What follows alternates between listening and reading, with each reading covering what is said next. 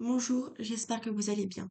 Aujourd'hui, je vais vous lire la troisième partie du poème L'immortalité de Lamartine, 19e siècle. Les ombres allomplis descendant des montagnes, un moment à nos yeux dérobaient les campagnes, mais bientôt, s'avançant sans éclat et sans bruit, le cœur mystérieux des astres de la nuit, nous rendant les objets voilés à notre vue, de ces molles lueurs revêtaient l'étendue.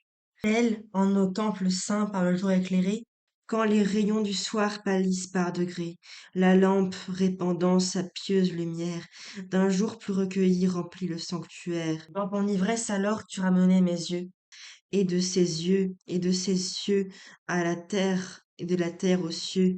Dieu caché, disais-tu, la nature est ton temple, l'esprit te voit partout quand notre œil la contemple. De tes perfections qu'il cherche à concevoir, ce monde est le reflet, l'image, le miroir. Le jour est ton regard, la beauté ton sourire. Partout le cœur t'adore, et l'âme te respire. Éternel, infini, tout puissant et tout bon, ces vastes attributs n'achève pas ton nom, et l'esprit accablé sous ta sublime essence célèbre ta grandeur jusque dans ton silence. Et cependant, ô Dieu, par sa sublime loi, cet esprit abattu s'élance encore à toi, et sentant que l'amour est la fin de son être, impatient d'aimer et brûle de te connaître.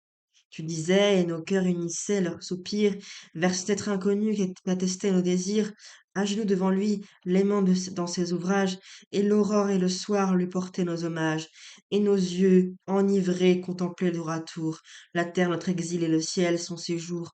Ah, si dans ces instants où l'âme fugitive s'élance et veut briser le sein qui la captive, ce Dieu du haut du ciel répondant à nos vœux, d'un trait libérateur nous eût frappés tous deux. Nos âmes, d'un seul bond remontant vers leur source, ensemble auraient franchi les mondes dans leur course. À travers l'infini, sur l'aile de l'amour, elles auraient monté comme un rayon du jour, et jusqu'à Dieu lui-même arrivant et perdu, ce serait dans son sein pour jamais confondu. Ces vœux nous trompaient-ils, au néant destinés? Est-ce pour le destin, est-ce pour le néant que les êtres sont nés, partageant le destin du corps qui la recèle dans la nuit du tombeau? L'âme s'engloutit-elle? Tombe-t-elle en poussière, ou prête à s'envoler comme un son qui n'est plus, va-t-elle s'exhaler?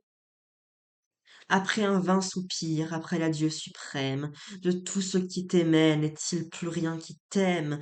Ah, sur ce grand secret n'interroge que toi, vois mourir ce qui t'aime. Elvire, et réponds-moi.